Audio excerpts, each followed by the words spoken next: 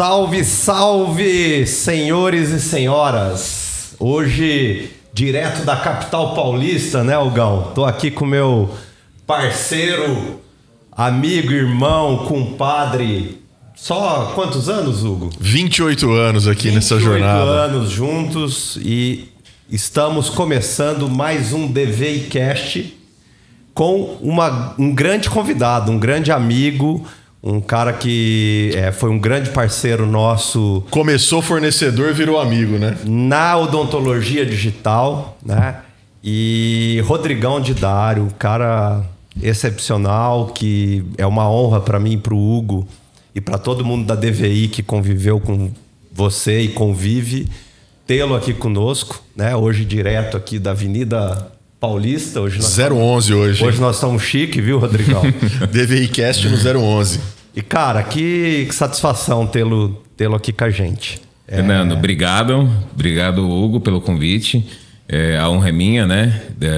Da forma como a gente começou a nossa relação comercial e evoluiu para uma amizade. Eu acompanho a história, a trajetória, o crescimento da DVI. Poder participar com vocês hoje aqui, eu me sinto privilegiado. Obrigado pelo convite. Pô, que legal. Obrigado. Que legal. Rodrigão, e a gente começa com uma pergunta clássica, né? Como que a odontologia, eu sei que você não é dentista de formação, mas como que a odontologia apareceu na sua vida? Bacana. Quando eu estava estudando administração com ênfase em comércio exterior, eu trabalhava numa empresa distribuidora de uma grande multinacional e lá eu estava atuando como analista de importação.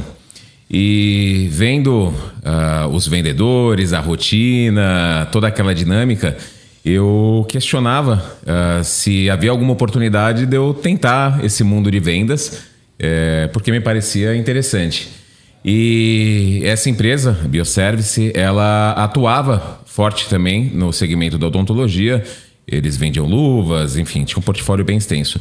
E a minha primeira experiência com a odontologia foi trabalhando no CIOSP, atrás do balcão, vendendo consumíveis, equipamento de proteção individual, isso em 2001. Faz 2001. tempo. Já tenho bodas de ouro também, pelo menos considerando a trajetória. Que legal. A gente já estava no CIOSP lá nessa época, né? Que legal, cara. Então a odontologia entrou cedo na tua vida, assim. Você teve ainda que fosse uma passagem rápida, você já tinha visto esse mercado um pouquinho e mal sonhava que alguns anos depois você fosse voltar para esse mercado. Você teve experiências na área médica, né? Sim. Foi uma experiência rápida, mas ela foi o suficiente para eu ter um retrato de como era a dinâmica em 2001.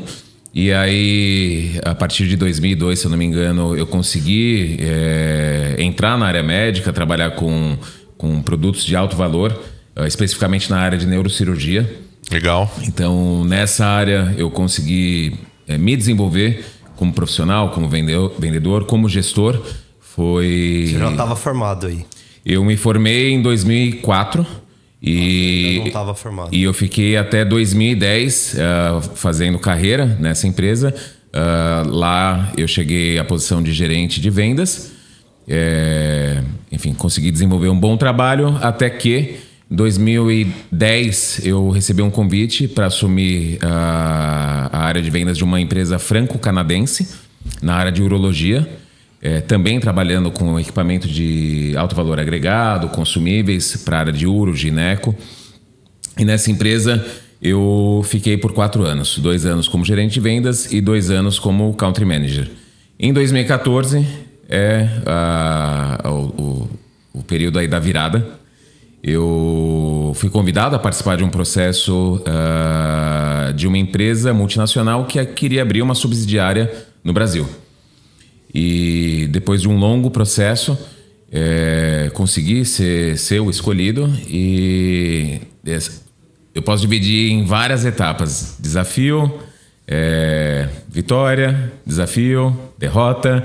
Mas falando do início, quando eu tomei conhecimento quem era a empresa, o que era o projeto, e era algo grandioso, que era trazer uma tecnologia que era pouquíssimo difundida no Brasil, e vocês conhecem tão bem ou melhor do que eu, eu entendi o tamanho da minha responsabilidade e o que eu precisaria fazer para conseguir ter êxito.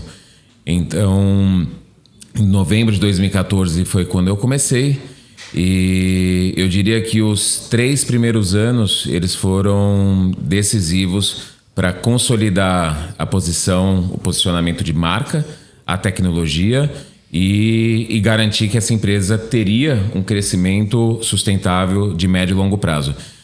E desde então estou na odontologia. Enfim, minha carreira nessa empresa ela encerrou em março de 2022, ou seja, foram aí 8 anos. Hoje eu atuo como gerente geral da Geislich. Rodrigão, podemos falar o nome da empresa, né? Pode, claro. Sim. E só para quem tá escutando a gente aí ficar ligado, essa época que você falou, 2014, 2015, a odontologia não usava praticamente nada de digital, de escaneamento intraoral, né? Acho que não tinha nada de scanner acessível na odontologia brasileira, né? E não tinha... Talvez tivesse um player, mas muito acanhado ainda. E nós não estamos falando nem de scanner em si, mas não existia o conceito de se trabalhar com odontologia digital. Acho que... Porque para trabalhar com odontologia digital, além do dentista ter o conhecimento, conseguir comprar o equipamento, ele tem que ter uma estrutura, um laboratório de próteses para conseguir atendê-lo com um modelo digital. Então, foi realmente um movimento de descobrir o Brasil. E já naquela época, a Trishape já tinha alguns produtos, né? Tinha scanner, tinha software para prótese, tinha software para ortodontia, para planejamento cirúrgico de implante. Então, assim, já existia um pouquinho o conceito... Produtos, não existia... E o conceito de ecossistema. Você tinha não só a ferramenta de escaneamento, que era o scanner, mas alguns softwares agregados ali. E, cara... Mas existia, mas as pessoas não conheciam. É isso, e disso que eu queria te perguntar um pouco. Um negócio que não conhece, né? Ninguém conhece, cara. Eu acho assim, eu vejo que a escolha deles... se foi intencional ou não, trazer alguém que não tinha um conhecimento profundo do segmento odontológico, acabou dando certo, porque a surpresa também foi do meu lado. Quando eu entrei e eu vi que eu venderia uma solução que teria um preço de largada aí acima de 3 dígitos. Sim. E pouco tempo trabalhando com os dentistas, o equipamento mais caro que um dentista tem na clínica era uma cadeira odontológica, salvo raras exceções daqueles que tinham equipamento de imagem. Vamos combinar, naquela época, um scanner era mais caro que o carro do cara. 130 mil reais. Era. 180 em 2014, 180 mil reais. Era mais caro que o carro do cara. Então, esse foi o primeiro choque. Eu falei, bom, para eu conseguir ter um crescimento sustentável, eu preciso realmente entender aonde essa solução, que em várias outras áreas aí da indústria, do consumo, ela revolucionou, como que eu iria despertar a chavinha da revolução dentro da clínica. E como o próprio Hugo falou, existia ainda poucas soluções com a mesma finalidade, mas muito restrita a um fluxo de trabalho que não era... a visão de multidisciplinaridade. E não era um negócio universal, né? Exato. Tipo, eram sistemas fechados, tal. Assim, acho que a Trishape veio com um conceito assim, cara, você pode comprar o equipamento, você pode comprar o software, e odontologia digital é daqui para fora, não é daqui para dentro, né? Ela extravasava o limite ali do ecossistema, né? E eu acho, Hugo, que naquela época, não rasgando a sardinha, mas falando realmente como admiração, porque eu aprendi, vocês que foram, né, early adopters, já conheciam da tecnologia digital, também me ensinaram como faria sentido num ecossistema onde o dentista ele faz aquilo que ele sabe, mas também designa para provedores de serviço, seja de planejamento, seja de imagem, de modo que o fluxo vai fazer sentido. Então, um dentista ele não vai ficar horas e horas fazendo planejamento. Tem quem faz. Tem. Cara, essa é uma das grandes maravilhas da odontologia brasileira, eu acho. É o conceito que a gente tem aqui, inclusive de centro diagnóstico, né? Esse modelo de negócio que é um pouco peculiar do Brasil. Ele não se repete em muitos outros países do mundo, você sabe disso. Mas é dessa odontologia que ela não é tão verticalizada, né? Então... Cara, você pode escanear aqui, desenhar lá, imprimir lá, fresar em outro lugar, ou tomar imagem num lugar e tratar em outro. O centro de radiologia hoje, e acho que aqui, naquele momento a gente pegou essa visão, essa oportunidade e pulou dentro da onda de inovação. Até mesmo, né, Hugo, antes, porque vocês investiram, acho que hoje muitos cientistas têm... a consciência do capital que é exigido para você montar um centro de imagem. Sim. Mas falando 15, 20 anos atrás... 20 anos atrás. Cara, era um investimento realmente que você vai ter um retorno de longo prazo. Sim. Que deve ser feito por profissionais extremamente capacitados e que sabem a visão de longo prazo. Sim. Então, eu acho que isso foi essencial, eu digo, em nome da empresa, né, que eu trabalhava, da Trishape, em meu nome como profissional, porque foi diante desses toques e demandas que vocês falavam que tinha, a gente viu a oportunidade. A gente trocava muita informação disso, era muito legal, né, cara? Não, cara, e eu lembro, assim, que a radiologia a gente tem... Eu, Hugo, os outros sócios, né? A gente tem muito disso. A radiologia, ela tem aquele DNA de pioneirismo. Inovação, né? Os early adopters mesmo, que é quem vai puxar a fila. A quantidade de dentistas que ia na DVI para conhecer o scanner e depois viraram clientes da Trishape ou de outras companhias, mas que... começaram a aprender... Conhecendo a tecnologia. A odontologia digital. Lá dentro da DVI. Digital, lá dentro, como cliente, né? E aí o cara pega e fala, não, agora faz sentido para mim, eu vou colocar isso dentro do meu consultório. Isso. É um trabalho que eu acho que ele é feito a várias mãos. A indústria, sem o consumo, ela pode oferecer o que ela quiser, ela não vai sair do lugar. Então, nesse momento... Vocês, eu acho que fizeram um papel fundamental. Existiram, obviamente, professores, formadores de opinião que faziam parte, né, desse, vou dizer assim, desse topo da pirâmide. E o negócio evoluiu. Vocês, eu lembro na época também investiam, além da estrutura própria, em ir até a clínica do dentista. Nossa. Deixar ele testar. Evento, treinamento. Hoje, a gente faz isso até hoje. Você vê isso na Europa, Estados Unidos, pelo menos na época que eu trabalhei isso até 2022, não existia. Sim. Não existia. Mas isso por quê? Porque aqui a gente não tem incentivos, deduções financeiras que permita todo mundo investir de uma vez só. Sim. Então o negócio ele vai escalável. Ô Rodrigão, mas eu acho que assim, o projeto de vocês, né, o jeito que vocês fizeram, lembro que nós fizemos uma viagem maravilhosa com outros colegas de vanguarda, donos de laboratório, donos de clínica também, dentistas que eram referência. A Trishape, acredito que tenha sido até um projeto seu, levou a galera para Dinamarca, para Copenhague. Cara, foram uns 3 grupos aí, acho que deram mais de 100 pessoas, né? A gente estava no primeiro grupo lá e foi uma semana de treinamento, passeava diversão também. Claro. Ninguém é de ferro, né? Cara, como que foi esse projeto? Que é um projeto inesquecível. Sim, sem dúvida. E a gente aprendeu muito lá e conseguimos trazer isso aqui pro Brasil, com aula, replicar isso, o Hugo né? tem aula de odontologia digital, eu tenho aula de odontologia digital. Eu fui fazer meu doutorado com modelos digitais e acho que um pouco a gente deve a esse intercâmbio, esse conhecimento que a gente adquiriu lá fora. Cara, esse sem dúvida nenhuma é um dos projetos que eu tenho mais orgulho de ter conseguido realizar e do que a gente conseguiu tirar dele. Porque na época de idealizar ele, o que a gente pensava? Uma pessoa, um profissional, quando investe em um produto de alto valor agregado, ele não quer só que o produto entregue aquilo que foi promovido como benefício, como funcionalidade. Ele quer uma manutenção de um atendimento de qualidade. Ele quer estar à frente de inovações. Ele quer ter um suporte no nível do investimento que ele fez. E tudo isso se resume em fidelização.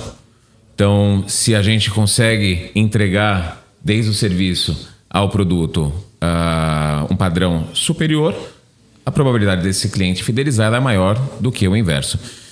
E na época, a gente pensou, bom, Copenhague é um lugar interessante, a tecnologia exige uma curva de aprendizado e a gente precisa tornar isso atrativo. Não só ficar aqui sentado numa sala de aula, porque uma hora vai se tornar cansativo, sim, mas também não ser só o turismo. Então foi aí quando a gente, junto com os dinamarqueses, conseguimos elaborar um programa que a gente entendia que ia entregar conhecimento, ia entregar experiência positiva e iria entregar ampliação de network. Porque a ideia também era conectar esses profissionais que foram os early adopters, que seriam os, vamos dizer assim, os que iriam influenciar o mercado. Viraram promotores da odontologia digital no Brasil, né? Exatamente.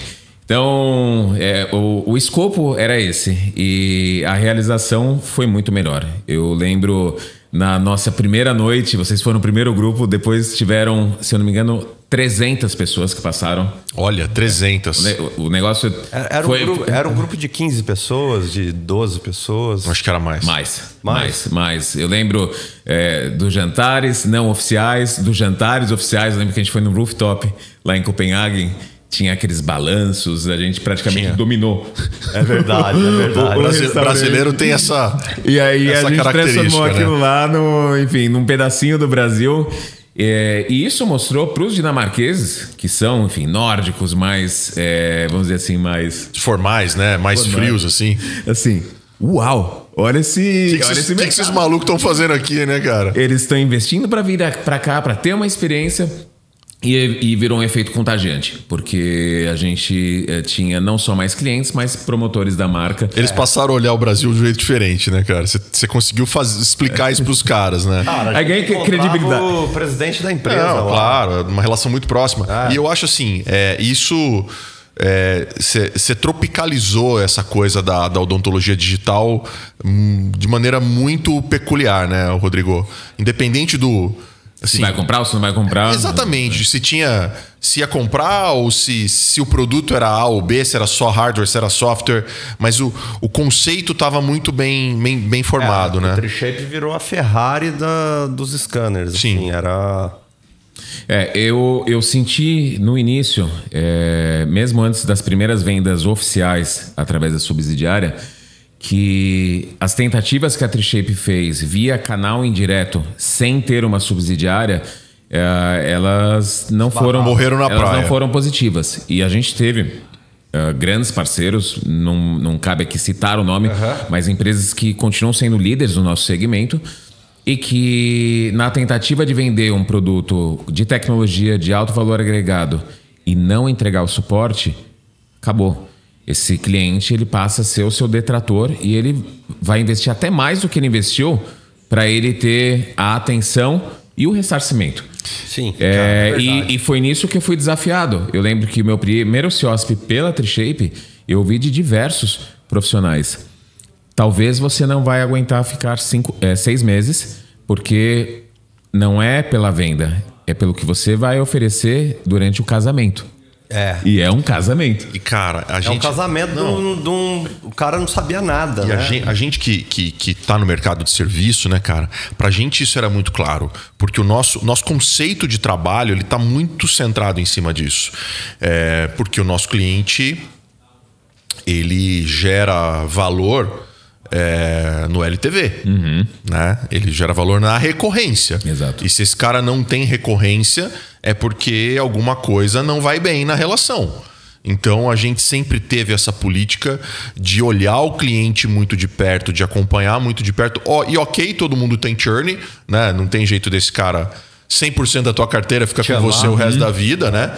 Mas de poder monitorar isso de maneira muito próxima, num espírito de serviço de longo prazo, porque isso é o que sustenta a relação que a gente tem com o nosso cliente decisor ali, que é o dentista. Então, quando a gente olhava para isso, né? Pô, um scanner tem que durar, na minha mão, pelo valor do investimento, ele tem que durar de 5 a 10 anos.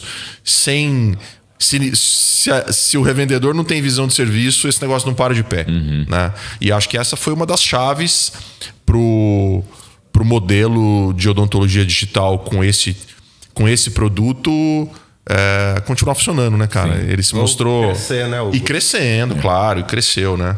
E sem dúvida, esse foi foi uma etapa de todo o modelo de negócio que a gente não só prestou atenção, mas colocou como um requerimento dos nossos parceiros comerciais. Se você não tiver essa equipe dedicada de suporte, no go. O Rodrigo, e avançando um pouco a linha do tempo aí, né? Aí, um belo dia, o telefone toca e você recebe uma proposta para ir para outra empresa, né? E agora, que é a empresa que você está hoje, né? Exato. E você deixa, a gente estava brincando disso ali fora, né? Você deixa de trabalhar no mercado de equipamento, que é uma coisa, né? Vamos falar, uma brincadeira assim, você vende uma vez na vida, né?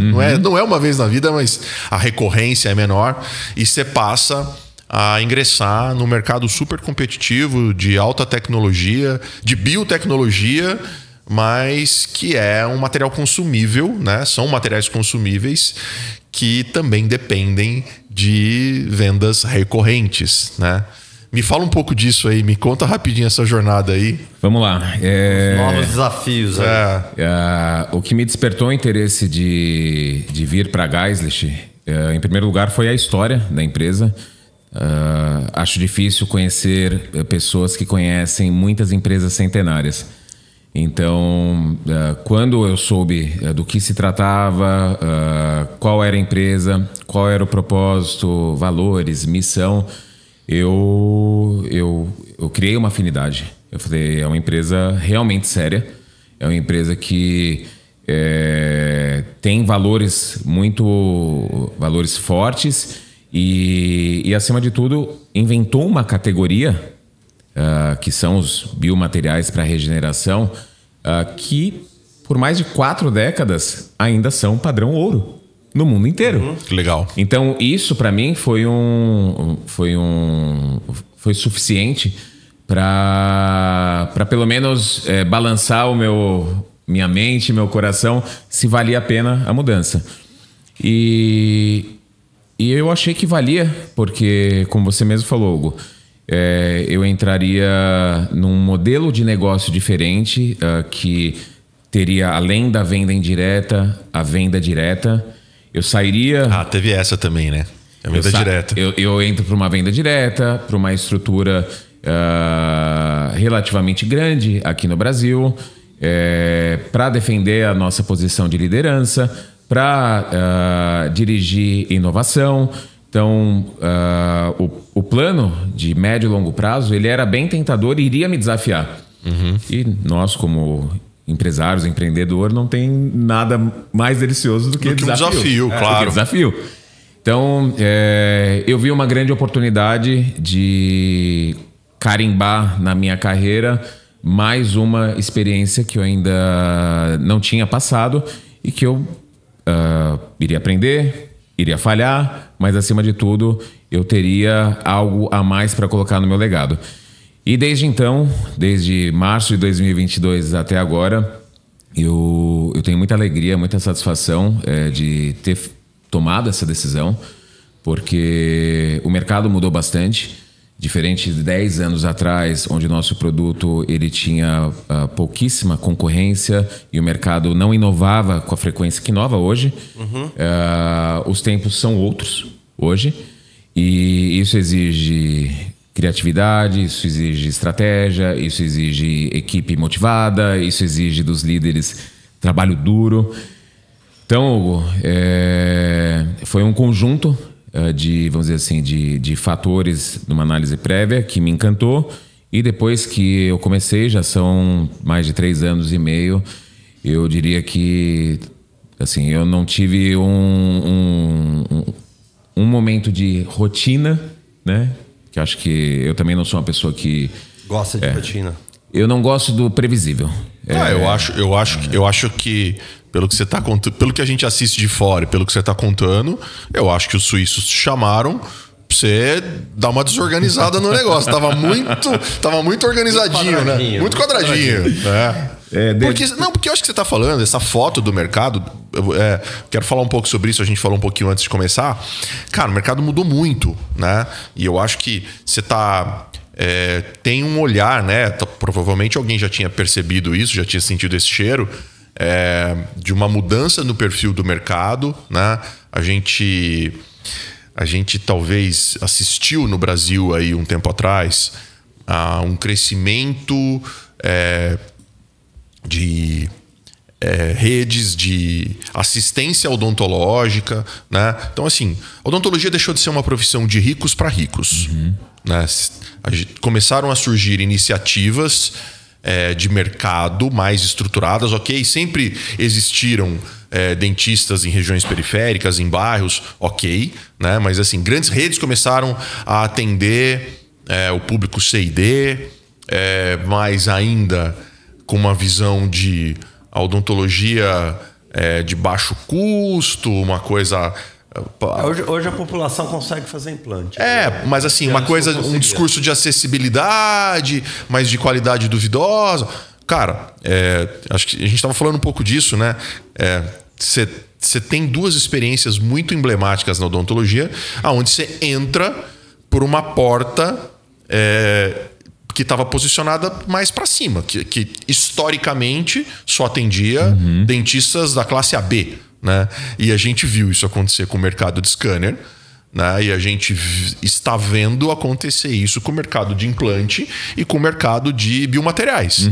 Cara, ok, tudo bem que você pratica uma odontologia direcionada a públicos C e D, por exemplo, mas você tem oportunidade agora, né, de usar tecnologias que antes estavam só acessíveis para a classe AB. Me fala um pouco disso, cara. Como é que você está vendo essa universalização de técnicas de alta tecnologia, de alto grau de entrega para outras esferas econômicas da odontologia? Eu acho, Hugo, que a gente... Isso é uma realidade? É uma realidade. Eu acho que ela começa de fora para dentro. Se a gente for pegar, na minha visão, o que impulsionou a população mundial a olhar com mais atenção à saúde foi o período da Covid. Sem dúvida. Então, esse foi um trigger, né? Um gatilho que você tem que ficar em casa. Você, se contaminado, você corre o risco de morrer. Mas se não contaminado, você não pode sair. Então, você está acumulando reserva. E até aquelas pessoas que nunca tiveram uma mentalidade financeira... de alguma maneira eu ainda recebo, independente da contingência... não posso sair, deixa eu olhar para si. Então, no mundo inteiro, tanto na área médica, na área odontológica, a gente viu o que chama de curva V. Assim, um crescimento, uma demanda por tratamento de saúde como nunca existiu. O cara não podia viajar, não podia sair de casa. Vou cuidar da saúde. Vou cuidar da saúde. E aí, eu acho que isso levou à conscientização. O mercado cresceu acima de dígitos que eram... nunca antes vistos. E isso chamou a atenção, inclusive, de players que não atuavam na área. Isso aí dá dinheiro. Vamos lá, vamos investir. Então, de dezenas de concorrentes, a gente passou a ter centenas de concorrentes globais. Na mesma coisa foi para o scanner. Então, equipamentos que custavam mais de 100, hoje você tem equipamento de 40 mil. E no mundo do biomaterial não foi diferente. A gente teve a entrada de vários players colocando um produto que pode chegar a custar, às vezes, até 1/4 de um produto importado. E aí, aonde vem a minha preocupação como empresário, e também falando em nome da nossa empresa, talvez o nosso produto premium ele não seja para a utilização de toda a classe odontológica por questões financeiras. Existem pacientes que têm limitações, mas a gente enxerga que o nosso compromisso como líder global é oferecer o tratamento para todos os pacientes.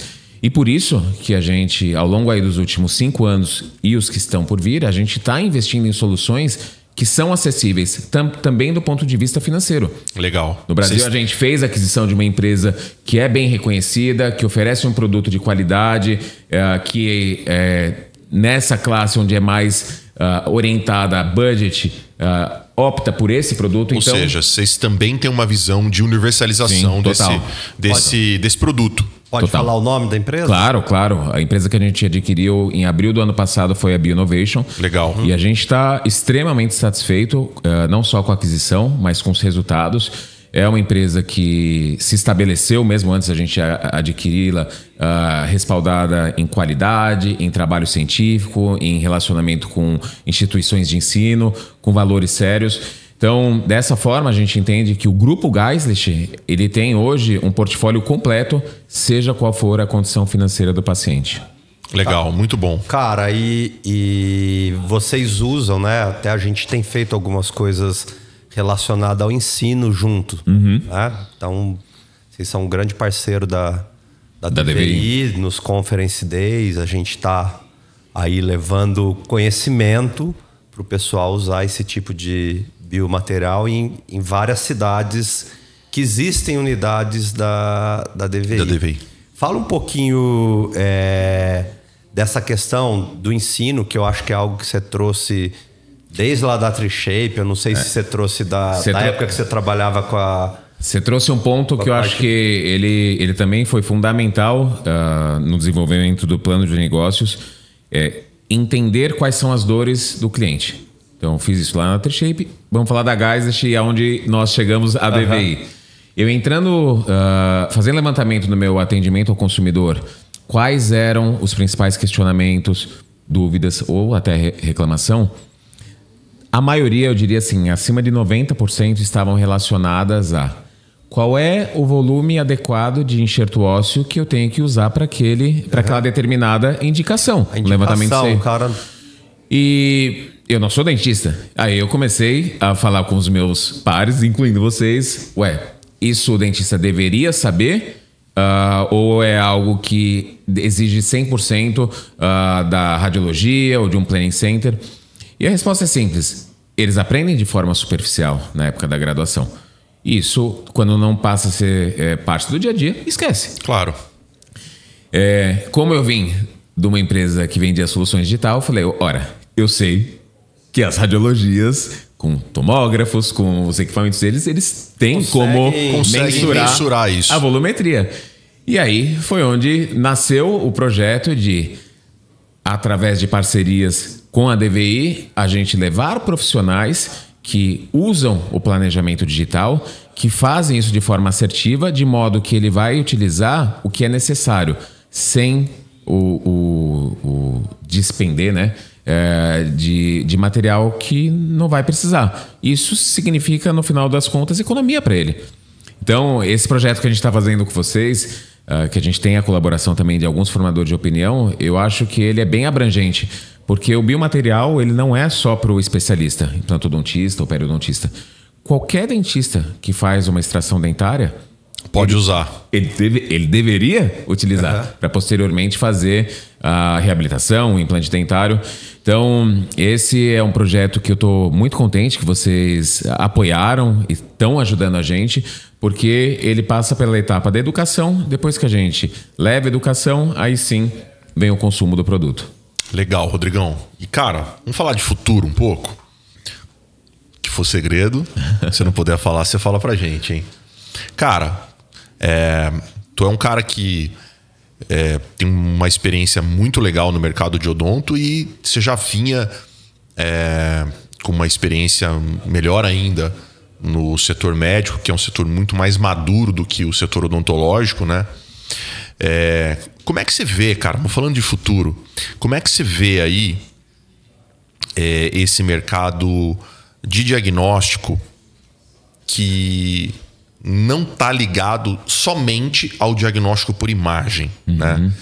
A gente vê muita coisa. O Fernando já foi periodontista um dia, né? Mas assim, a gente está muito ligado, lê muito sobre isso, né? Apesar da gente não atuar clinicamente, mas a gente vê marcadores moleculares, marcadores sanguíneos, marcadores de saliva, que são oportunidades no mercado diagnóstico, né? Você acha que, a exemplo do que aconteceu na medicina, a gente vai ter um espectro maior aí de ferramentas diagnósticas para o cirurgião dentista? Sem dúvida. Eu acho que o diagnóstico, assim como outras áreas, vão se favorecer da evolução da inteligência artificial.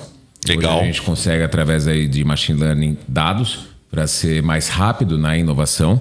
E o que eu tenho visto em congressos internacionais e até mesmo em sites que o pessoal do nosso P&D traz, hoje existe uma preocupação muito grande em dar recursos para os profissionais através do diagnóstico, manter o paciente não só através de receita recorrente, mas com conhecimento do que ele precisa fazer para não evoluir para uma a doença não piorar. Exatamente. Legal. E aí já existem testes para checar o bioma do paciente, testes molecular. E eu vejo isso de uma forma que a gente vai...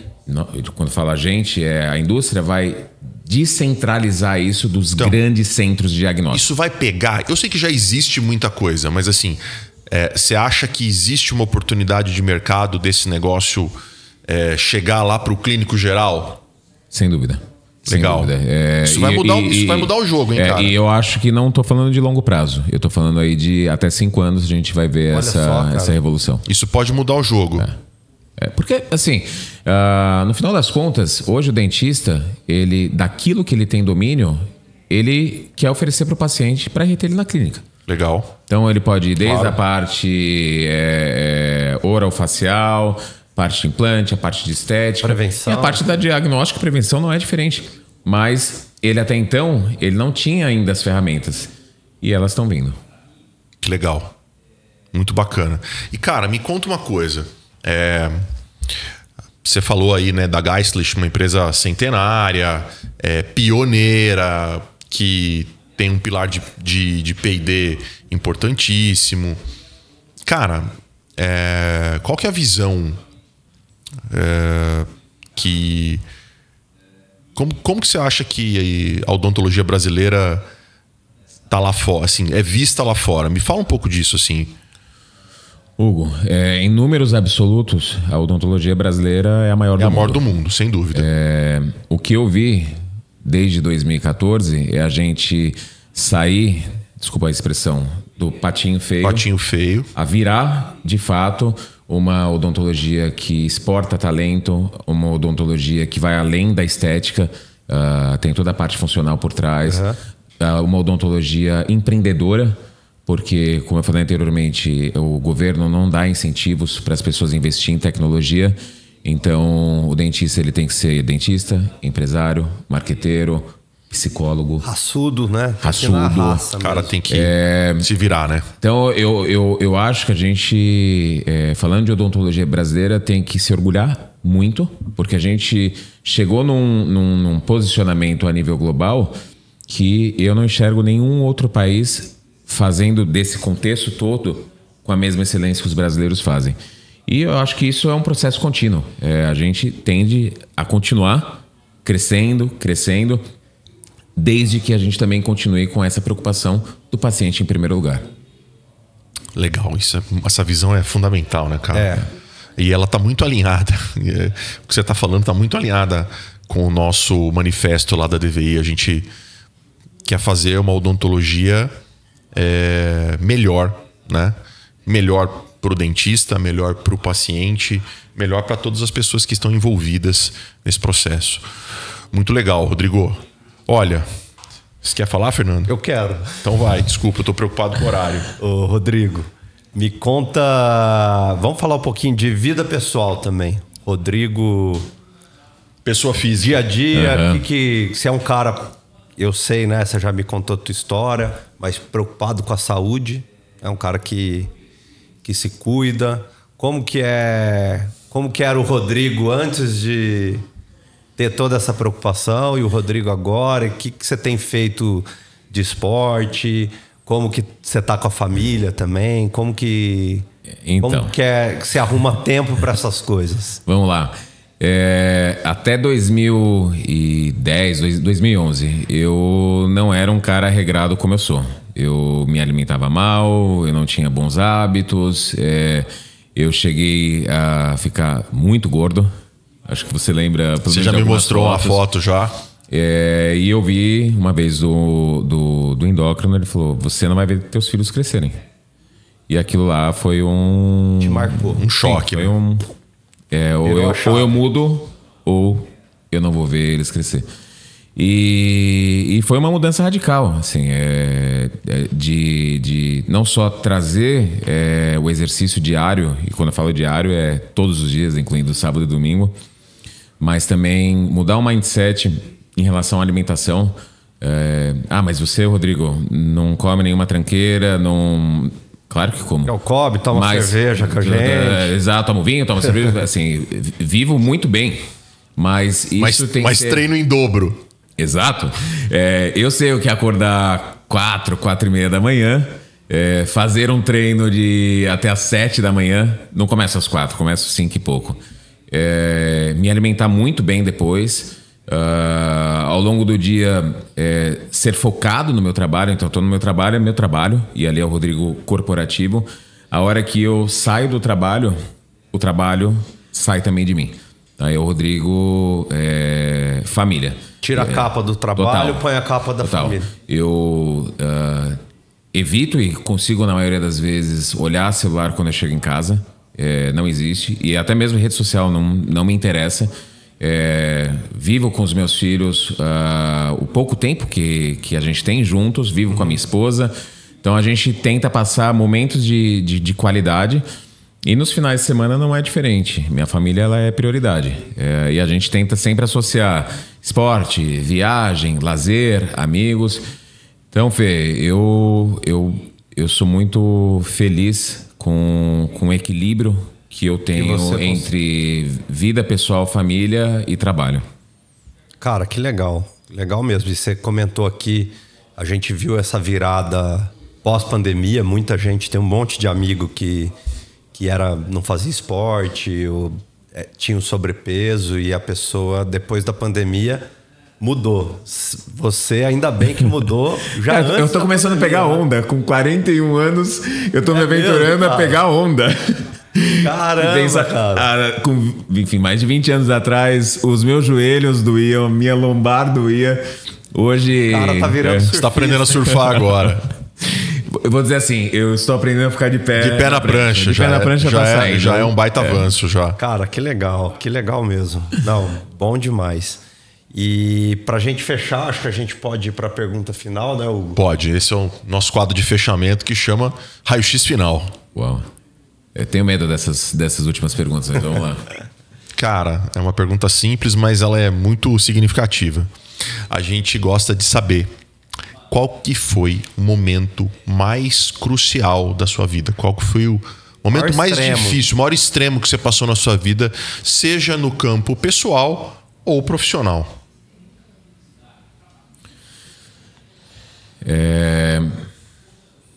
Eu acho... Não foi o mais difícil, mas foi o mais decisivo, decisório, né, na minha vida. Quando eu entrei no mundo das vendas... Eu comecei a trabalhar com neurocirurgia e eu fui na Santa Casa de São Paulo conversar com o chefe da cadeira. Enfim, todo mundo sabe que neurocirurgiões estudam muito para poder exercer a prática deles. E eu acho que eu não me preparei o suficiente para ter esse primeiro contato com alguém de um nível tão alto. E aí eu lembro que eu esperando ele no conforto médico, eu esperei por 8 horas... para poder me apresentar. Ele chegou da cirurgia, suado, cansado, e eu, sem respeitar o tempo dele de recuperação, eu fui lá, abordei ele, não usei a referência adequada, não que fui ofensivo, mas não chamei ele de professor, doutor. E aí eu estava com o meu cartão na mão e as brochuras.